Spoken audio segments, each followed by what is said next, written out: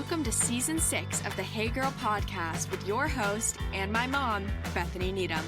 This season, we get to hear stories from guests who are running their race in their place right where God has them.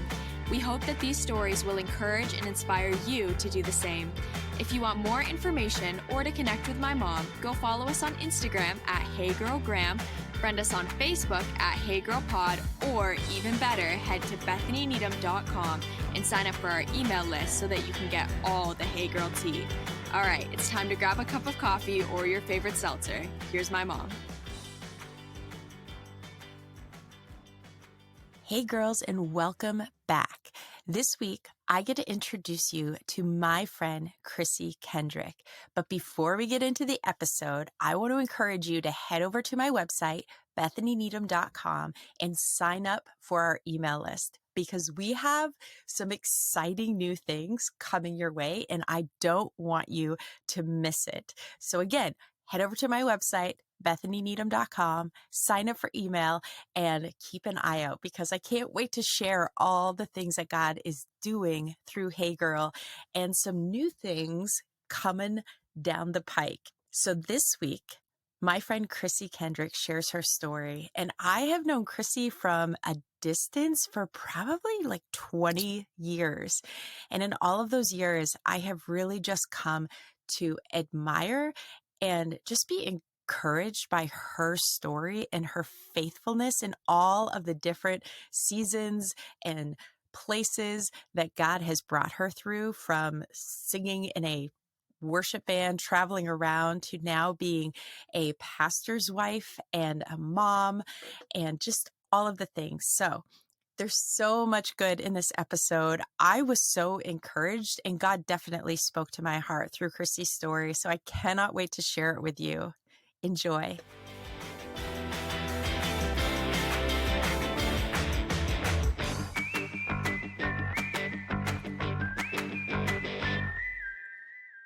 I am here with my friend, Crissy Kendrick. Hey, how are you? I'm doing great. Glad to be here with you. Yes, I am so pumped. I would love to get started. Crissy, I love the connection with you. I think we've said it before that I feel like in a weird way, we've lived these lives, both of us in the Northeast, that have been sort of alongside, like we've never been far apart, even geographically. But I mean, honestly, it's not like we see each other all the time, but it's like this mutual, like I have such a love and respect for you and your family and the ministry that you do.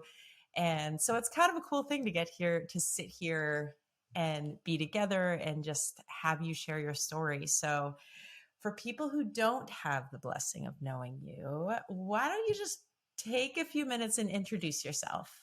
Sure. Yeah.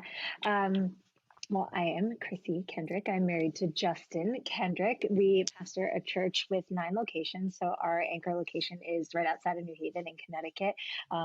4 beautiful kids. Gabe is 16, Noah's 14, Ezra is 9, and Thea is 3, going on 13.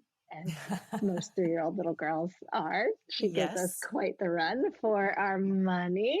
I serve as the women's pastor here at our church, and I have really only ever known full-time ministry. My dad was a pastor.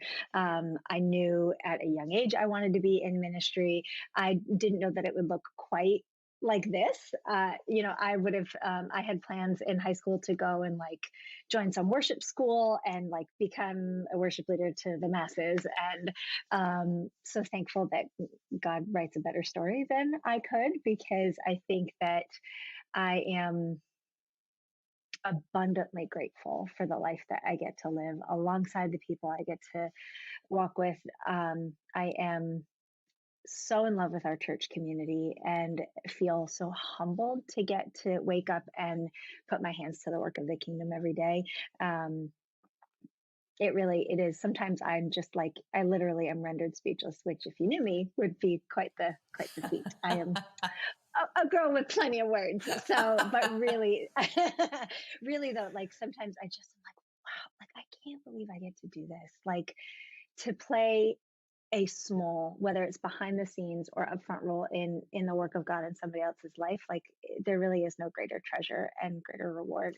Amen. A couple of things, like points in people's story that maybe it's just me and I'm a nerd and I love to hear them, but I know that you were a pastor's kid, but I'm interested in what part of your story did you actually come to faith? Like you started your relationship with Jesus, and what did that look like?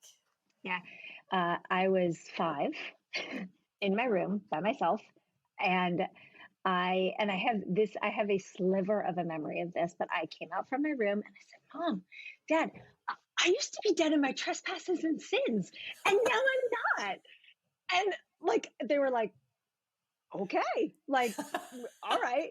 And that was like, really, I had like just a simple, genuine, like realization at 5 years old that like, Jesus died for me. And like, I don't have to be dead in my sin anymore. And it just made sense to me. And I really like never questioned that. I am the way that a lot of this is just how my personality is. I am not wired in a way where I need a lot of explanations for things. Like I give trust pretty easily, and be it to people and especially to the Lord. And that was just like, that was it for me. And so I, from the age of 5 all the way through to probably about 14, had just a real genuine love for Jesus. I knew that I was called to serve him in some capacity. My parents did a really beautiful job of keeping Christ central in our home. Ministry was never central in our home. Christ was central in our home. And I saw that play out in their marriage, in the way that they loved my brother and me.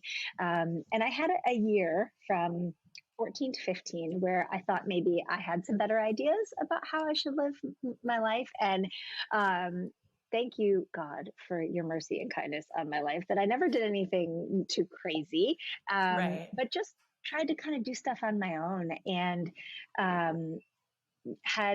attended a conference in between my freshman and my sophomore year of high school. And I wasn't like far from God, but I think that experience that summer for me was the first time as a young adult, early teenager, where I felt the closeness of what it means to have a vibrant walk with Jesus.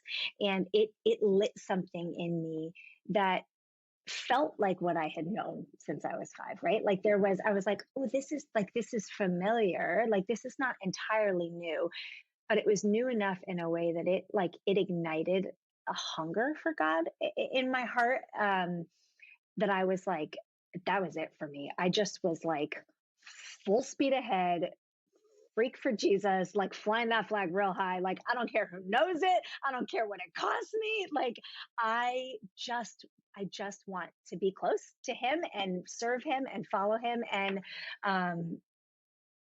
I used to like hate that was my story for a long time. Like, I always like thought like, gosh, wouldn't it have been like, what a testimony if I could have been like, oh, I did this and I did that and I did this, and then God saved me and pulled me out of all of these things. And I now, on the other side of 40, I'm just like, God, thank you that that's my story, that I can't remember any of my life without him. I really don't. And I've not lived, obviously, a perfect life. There have been valleys, there have been trials, there has been sorrow and suffering, no doubt. But I look back on like 35 real years of knowing Jesus, and I'm like so grateful that that's the story I get to tell about my life. So I feel like your story at 5 and just how you came out and told your parents, that should be like the moment you point back to where, I thought I was going to be a worship leader, but I really should have known I was going to be a pastor, preacher, teacher from the beginning, because just like declaring from them, I was dead, now I'm alive. I feel like you're like, to your parents are going to be like, I see that hand. Can I get an amen? And now I'm going to collect an offering. Yes, exactly. Now I would like to collect my allowance. Please place it in the basket. Oh, that's fantastic. Oh, I love that. And it's funny. I think you and I are very similar ages.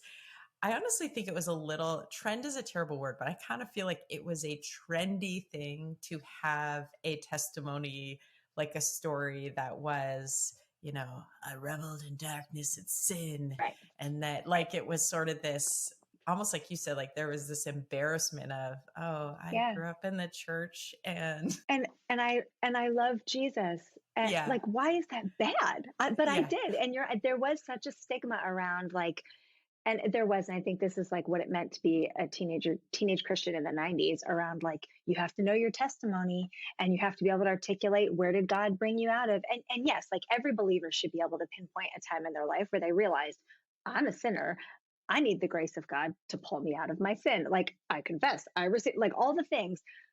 But I think that like, and I am in faith that this will be the story that each one of my kids gets to tell as well, not because it was mine, but because I think that that is the beauty of the unique story that God writes for each person, right? Is that like redemption exists for each human being, whether you receive it and acknowledge it at 5, at 25, at 85, right? Like, and that, yeah, I love that a testimony is where I was and where I am now and how Christ is the covering over all of it, right? Like that's what makes a testimony. And I think some of our growing up and maturing in our faith is recognizing that I think when we're younger, you think so much that your testimony is more about you. And then you grow to realize that all of our testimonies are really about what God did, not about our own. And so that's where it sort of brings, I love the quote that basically at the foot of the cross, the ground is all the level's all the same. Like we're not different coming at this from different places. Like we have equal need of Jesus regardless of the story. So well, you mentioned briefly, and I know your husband and your family, but it's again, I'm giving away dates here, but I just have to. It's Valentine's Day, okay? So on Valentine's Day, I feel like we have to tell a story of how did you meet your husband? Like just fill us in a little in that season of life. Yeah. Yeah.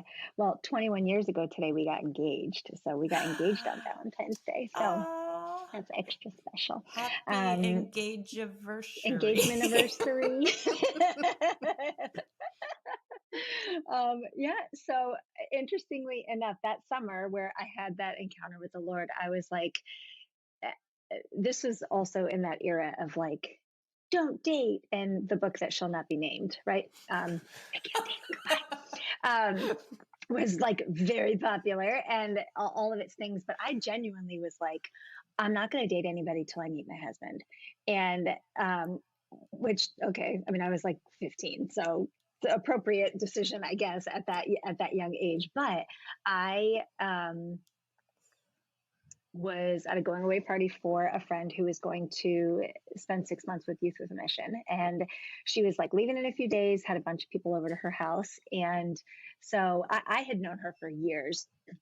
She was a couple of years older than me and was like just like a big sister in the faith for me. And so I go to her party at her house and I see this guy and he introduces himself to me and we spent the whole party, me and him and this guy, John, who drove Justin to the party, the three of us hung out for the whole time. And I went home that night and I was like, Mom, I met the guy I'm going to marry. And I had just turned 16. It was 2 days before his 16th birthday. And my mom was like, okay, like, sure. Right. Like, you're 16, sure.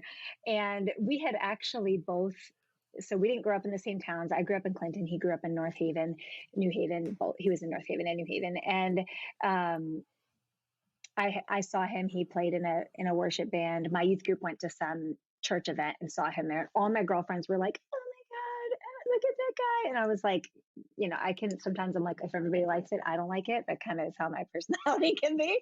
Sometimes I was like, he's not that cute, whatever. Like, no. And he, on a separate, different day, I was doing something with my youth group. We were doing this like human video drama thing at some outreach, and he saw me and was like, apparently taken by me and told his friend, like, I have to know who that girl is. And then there were months had gone by. We never met each other. We never, and really, truly, the rest is history. We dated for 5.5 years. And this June will be 19 years married. So, Oh, I love those stories. me too. It's funny. I'm not going to go into all of the parallels, but hearing you share that story, I said earlier how I feel like we sort of live these similar, like you guys in Connecticut and we're in New Hampshire. But I suffice it to say, there are so many things that are similar in our meeting our husband's stories that it's uncanny, including the 16 years old girls going crazy for the boy on stage and me being on like, stage playing the I guitar. don't like the boy. All the girls like, that's not how this is going down. That's too funny. Oh gosh.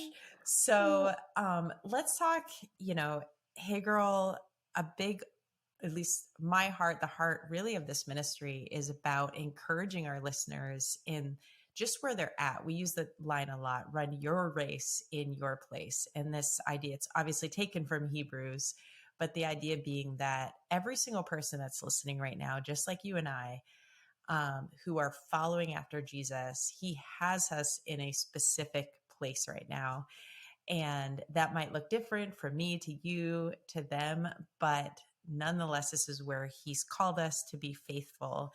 And what does that look like? So let's talk a little bit about that for you right here, right now. You mentioned we're in the 4 O's. I say I'm not gonna lie. I'm getting there. I will be there. Give me till the end of the year, guys. I will be there. Yeah. And it's just it's a different season than, at 5, at 14, at, just getting married. So what does this look like right now? And just what is faithfulness in your race? A mom, a wife, the 4 kids, helping lead a church and a ministry. This is a topic that I think that I actually really love to talk about. I think that I have never in my life felt more sure and more secure in the calling that the Lord has for my life. And in not in like the overarching, like I'm called to pastor and shepherd and see revival and awakening in New England. Yes, there is that, but like my unique seat that belongs just to me. And it took me a while to get comfy, in that spot. And it's not every day that I feel super comfortable there, right? But I do think that there is a lot of work to be done in the soul, in having the courage and humility to ask God, what is the unique call that you have for my life? What have you called me to do that nobody else can do? And I think that that's a really important question to ask as a follower of Jesus, because too often, I'll just speak for myself rather than project on other people, even though I'm talking to you. I was going to say, you can project on me. Because I'm like, I'll take it. I can't be the only person that has dealt with this, right? Where I will look at things that other people accomplish, men or women, right? Not just comparison among women, but I'm just like, oh, I wish that was my gift mix. Or, oh, I wish I had that grace on my life. Oh, I wish I was that kind of a mother. Or I wish I could care for my husband in that capacity. And like, sure, there is a lane, right, of like right and wrong, and you gotta be on the right side of the line. But there is this like unique place of like, God has wired me really intentionally. He knit me together in my mother's womb. And I'm not a knitter. I've tried and I'm terrible, right? But it's tedious and detailed and takes so much intention. And if that's what God did for me, that means he made me with every wiring, every gift, every talent, every propensity, one way or the other, on purpose, because it means that I reflect parts of his heart and his character in my unique way, which if I then allow my life to become an invitation toward others to see characteristics and attributes of the heart of God, then I get to display his unique characteristics through my life. And this is the last year of my life has been a real settling into that space. maybe it's about turning 40, and it just was like a thing where I'm like, I'm just comfy who I am, and I don't want to be anybody else, and I want to be like anybody else. But I think that there is this, like, I have such a heart to see specifically women, because primarily my ministry is toward women. Um, Stop comparing themselves to somebody else's calling or somebody else's gift mix or somebody else's lifestyle, right? And recognize that, like, all right, so I use this analogy in a sermon I preached a couple months ago. And I honestly, I'm not kidding. I personally will reflect on this for myself probably twice a week. Still, I preach to myself, because, like, if you picture yourself at a table, and I've got a friend to my right, a friend to my left, a friend across from me, and I'm sitting in this seat. If I, because I think somebody else's seat is better, try to take her seat, right? Tell her to get up, she moves. And now I'm sitting in her seat, and sure, I can probably manage there, right? But now I've kicked her out of her space, and nobody's sitting in my seat. And it creates this huge disruption within community, within family, within the body of Christ, right? Where, like, I don't belong where somebody else is sitting. I belong in the seat God has for me, And so, anyway, I told you that's a dangerous question to ask me, because I feel like I am so passionate about seeing people walk in their unique calling in ministry, in the marketplace, at home. Like, I don't care where you do it, but, like, the cloak of calling that you wear belongs just to you. And, like, um, I have found it vital in my own journey of to ask the Lord every single day. I don't remember every day, but to remind my soul to walk in wisdom. um, that I don't want to overstep into another lane or another seat that belongs to somebody else, right? But then also to walk in wisdom, so that my ear is constantly bent toward Holy Spirit. What are you saying to me today that I would really represent you well? And I think that whatever seat you sit in, whatever race you're running as a follower of Jesus, our primary call is to represent his love well, right? To love others in a way that they want to love him, because they see that in my life. So that was a really long answer. No, girl, I want to be like, just preach, just girl, take it. You're like speaking my heart language right now, and I'm eating it up. So just listening to that, and I don't know how difficult or maybe it's easy answer is, I love that picture of you just going before the Lord each day. And you mentioned this last year has really been like a settling in. So if you could give me um, just a picture of who then is Chrissy, like what are the things in you that you've sort of settled into that make you uniquely you? Because I think sometimes we're afraid, I don't know what it is, to really speak into our strengths and our giftedness and what God's made us. We're very quick to critique the things that we don't like or wish were better. But I would love to hear from you, like, Chrissy, what has God given you that you are right now able to just rest in and be and see God use that to, like, you reflect part of who he is? Yeah. Thanks for asking that. I Why is that hard to answer, right? Like, it shouldn't be hard to answer, because it's not prideful.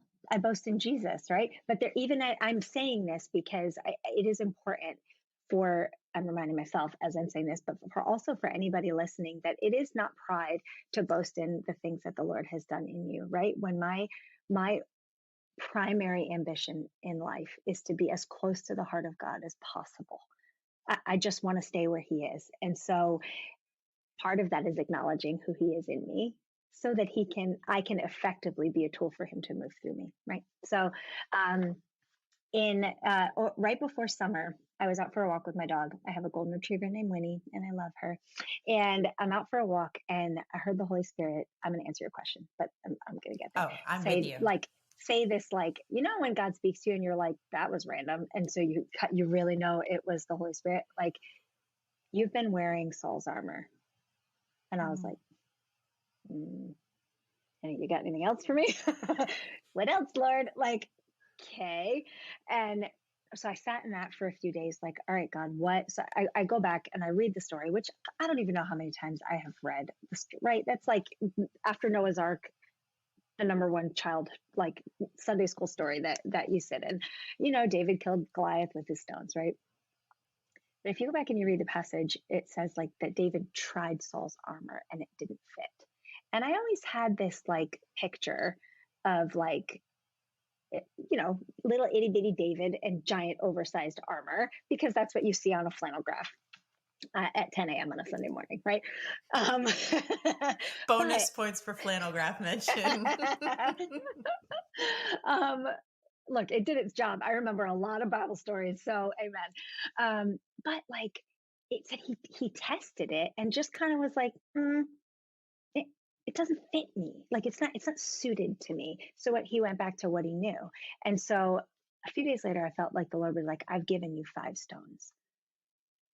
And I was like, okay, all right, Lord. And so this was like over the course of like 3 months. So this was not a quick unpacking from the Lord. And then I have just spent the last like 9 months, like really examining my own heart, my role, my job here, stepping out of things that I shouldn't be in, putting my hands deeper into things that I need to invest in more. And throughout this process, really felt like the Lord highlighted for me that I am pastoral, I'm nurturing, creative, visionary, and what was the 5th one? I should have written them down. I do have them written at home. What was and relational. And I was like, pastoral, nurturing, relational, those are the same. Those are all the same thing. And I felt like the Lord was like, no, because they manifest in different areas of your calling. And being pastoral is different than being relational. And being nurturing is different than being pastoral. And I feel like for me, being pastoral has a lot to do with my role here, like within the women that I'm leading and things like that, girls that I'm discipling. Whereas being nurturing has a lot to do with my calling to support and care for my husband in what God has called him to. And the greatest honor and joy of my life is to stand behind him and beside him. And so, and then the relational aspect I see play out, like even with my own children, and nurturing, there's that crossover there as well.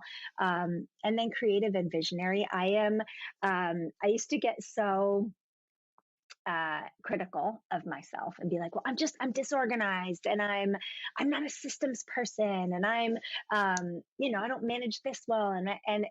Whereas I have had to work hard for growth in some of those areas. It comes from a place of like high creativity. And so because I'm a visually very creative person, so like I'll hear a word and like images like immediately are exploding in my brain. And I'm like, all the things I could do with just give me one thing and then I could create this or have an idea for that. And the Lord speaking that to me as something that a tool, a stone, if you will, that he has gifted me with, set me free to stop bucking against a little bit of the chaos that happens in my brain sometimes, because it is often in that chaos where I will find myself stepping into an anointed creative idea for a conference theme or for a session talk or for a song or for something. And there's a balance of, I can't be so disorganized that I'm dishonoring the people that I work with. But there has been such freedom for me in pinpointing, these are specific areas that God has made me good at. And so if I'm stepping outside of them, why? What's the reason? Am I pushing against something? Am I resistant? Is there sin in my heart? And it helps me lean into the wisdom of the Lord, because if he has put these things within me, that means he's got strategy of how he wants to move through me in each one, So I love that. And I appreciate on a personal level hearing from another, because just being a creative and knowing that space of like the chaos that happens in your brain. But that's awesome. And so it'll feel a little bit like a swing, but I don't want to miss this, because I think it's been a beautiful part of watching from afar.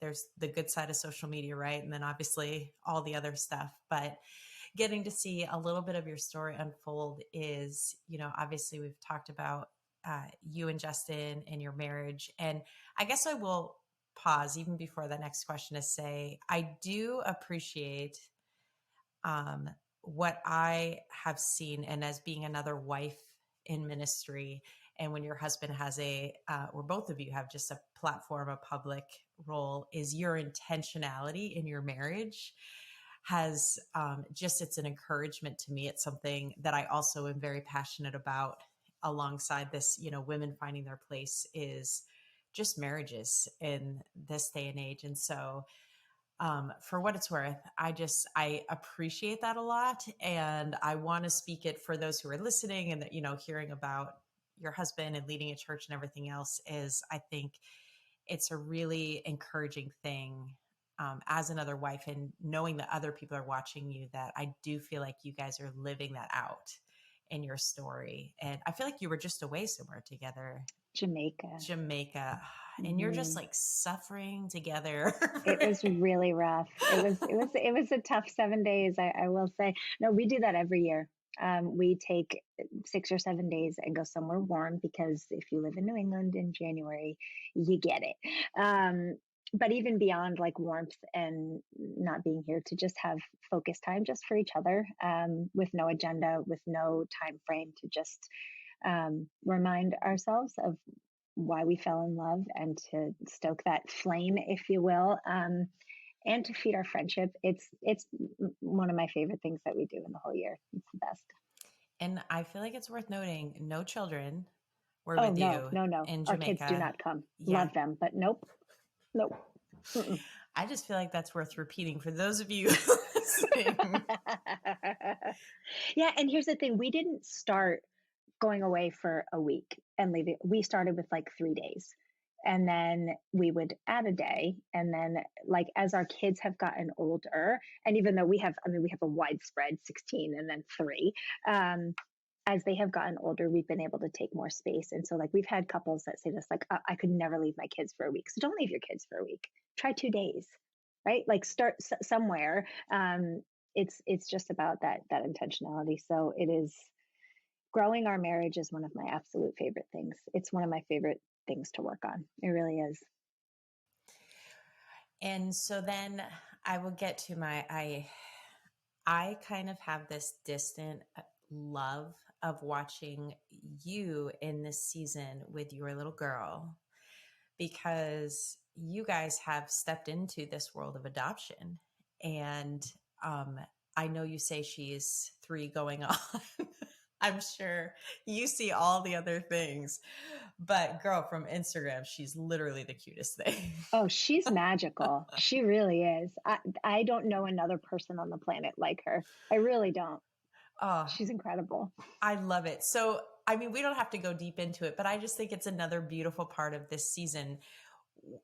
Just talk me through briefly your obviously your husband, you guys are already running this church.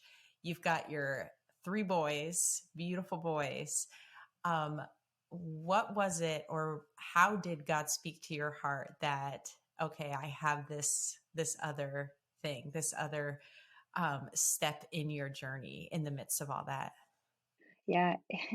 So it is, and I will be as succinct as possible with this, because I could literally, years and years and years of God speaking and shifting and changing and healing and growing and repairing things in my heart that got us to the place of stepping into foster care. But ultimately, I dreamt of having a daughter since I was, I don't know, as young as I can remember. I have a beautiful relationship with my mom. Always wanted that, was like, can't wait to be married and have a daughter of my own, and to be able to like fill that relationship with so much love and affection and care. And then I have a boy and a boy and a boy, and I am obsessed with my sons. I love them more than, I know you feel the same for your kids. Like I love them more than I can even say. And it is, God has done a unique work through each one of their lives and taught me so many things. But after I had Ezra, who's my youngest son, I just felt this like incompleteness in our family, not because I didn't have a daughter. God had, through my pregnancy journey with Ezra, that's a story for another day.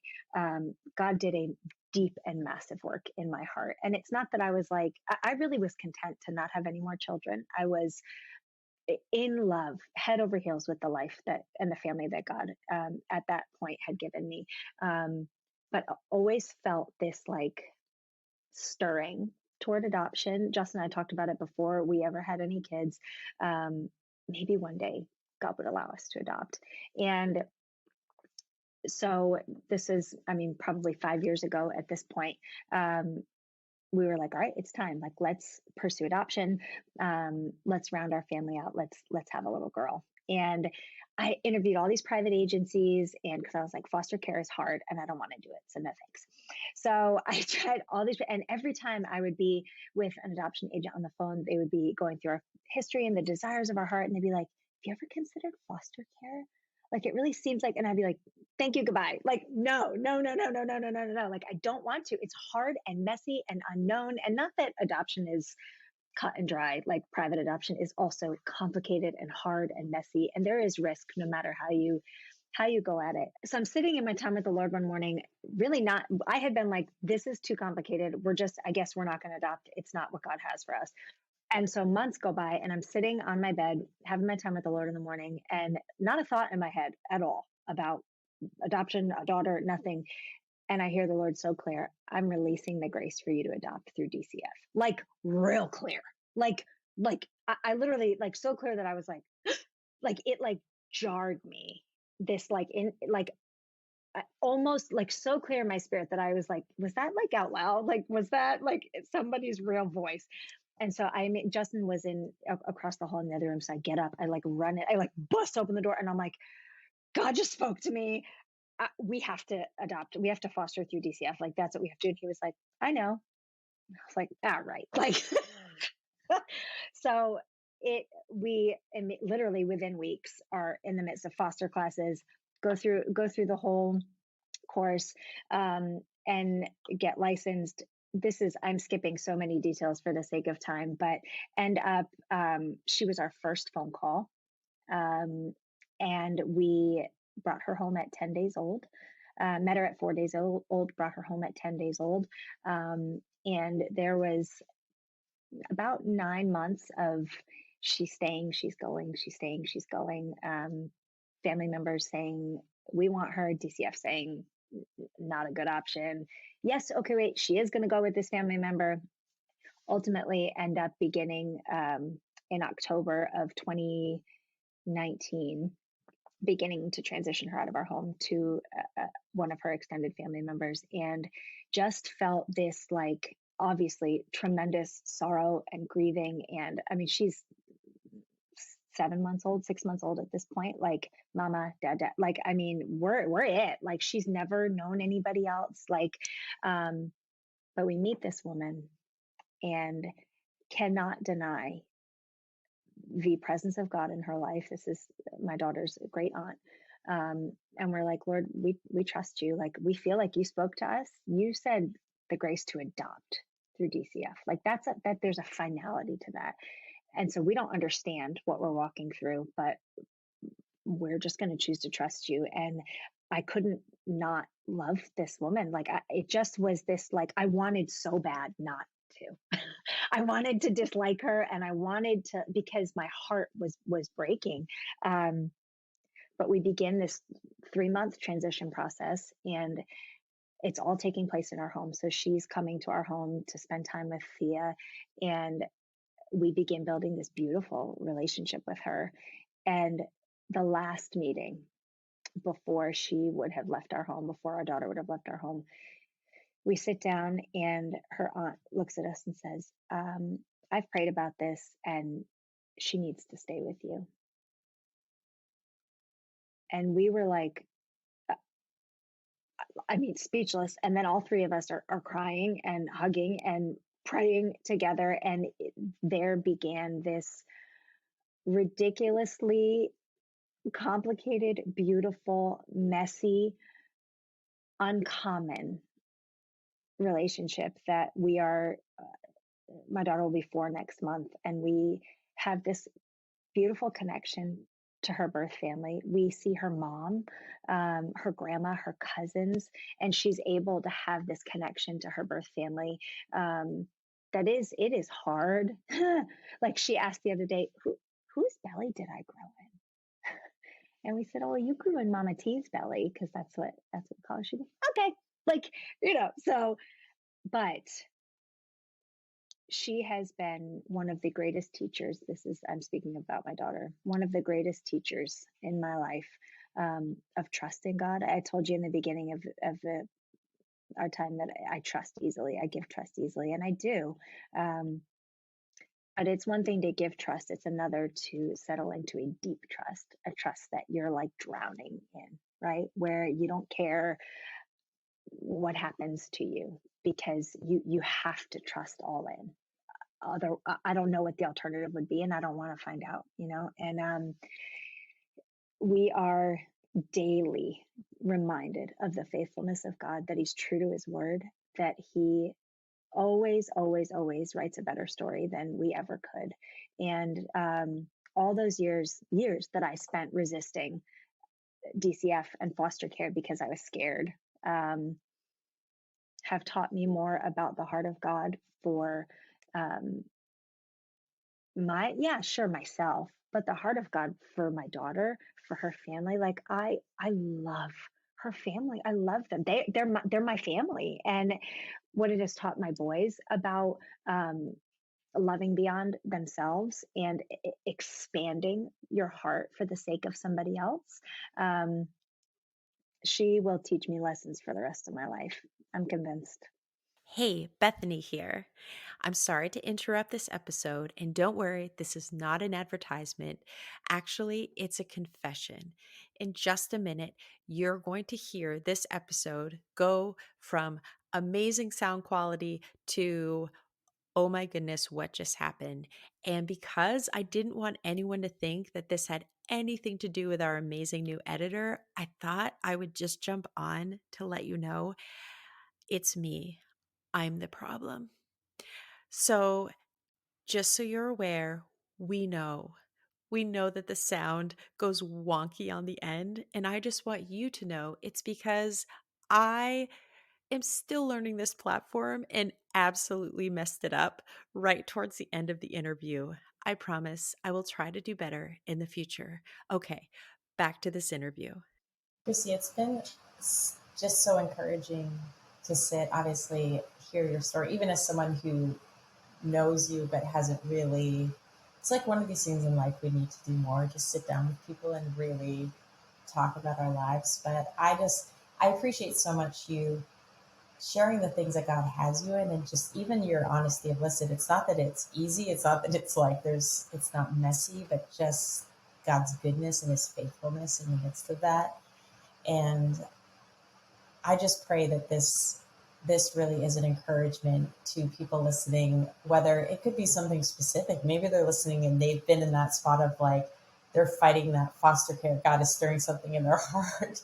And this moment is that thing they'll look back to and be like, and then I was listening to this podcast. And I was like, okay, God, here we go. Yeah. But even just the encouragement for women, men, whoever, to really rest in who God's made them, and what does it mean to just, like you said, what are the stones that God's given them, like, and to reflect or think through, like, are they trying on Saul's armor? Like, are they in that time where they're like, this isn't really a fit, and to just be willing enough to go before God and like, God, what do you have for me? So thank you so much for sharing. So in the heart of Hey Girl and all that we do, I have a couple, these are more like fast and whatever sort of questions, but some of it comes from my own nerdom. But I am a huge proponent of, in terms of our health and everything else, that we like to categorize them, but ultimately, like, we're a whole person. And so spiritual, physical, all the things. So I have mind, body, soul come in like the three that we talked about. So I've got three quick questions for you. First is we're going to go mind. I would love to know, are you reading something, or is there something that you have read that you're like, oh my goodness, I would recommend this 100 times over? And the Bible is always a given. Don't throw the Bible at me. Okay. Yes, I am reading that. Yeah, I had a feeling you were going to ask me. So I am sitting in my office at work and I pulled three books that I have read most recently they're all very different from one another. But I thoroughly enjoyed each one for different reasons. So Find Your People by Jenny Allen she's fantastic, first of all, but for not just women, but anybody wrestling through loneliness, lack of connection within community, struggling to build friendships. And I'm a deeply relational person and don't like, I read this like, I'm going to read this so that I can I'm going to read it with my team, like the girls that are on my team. And God spoke to me and convicted me about so many things, so many of my approaches to community. So this was one that was so good. Lead by Paul David Tripp. So for anybody that is in any type of like ministry as a profession, oh my gosh, like more grace and more gospel. That is what we need as a leader. And like he goes chapter by chapter through what does it look like, different attributes. It fantastic. And then the last one is hefty, but Streams of Living Water by Richard Foster, and it goes through the 6 different streams of the church. And so I'm going to not say all of them, but you'll get like incarnational, charismatic, the holiness stream, social justice, contemplative, and evangelical. Ooh, I did it. And it goes through each one historically, how those different streams have been expressed throughout church history. And it was so healthy for me to go through and really take inventory of where do I see each one of these streams expressed in my own life as a follower of Jesus. And then how do I see them or not see them expressed in my ministry that I put my hands to, and really take a beautiful inventory of where am I lacking, what am I missing, and it was incredible. So those have been my top 3 reads of the last year for sure. I love those. I'm like, everyone get your notebook out, write it down. All right, so did mine. So I'm going to go body next. What is something right now that you are doing? It's an intentional caring for your physical body. Yeah. So it is a non-negotiable for me, minimum of 4, ideally 5 days a week that I am up earlier than my children.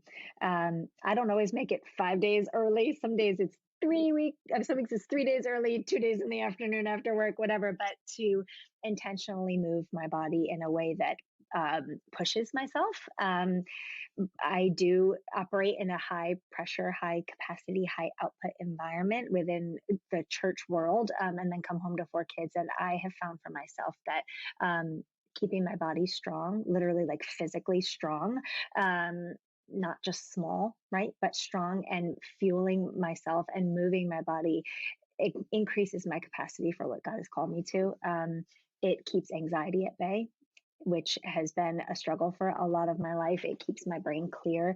So that's a non-negotiable. And I count macros, which I don't know if you're like in the macro world, but I like proper nutrition is very important, making sure I got all the balance and all the things. So Girl, I'm a personal trainer, so you speak in my language.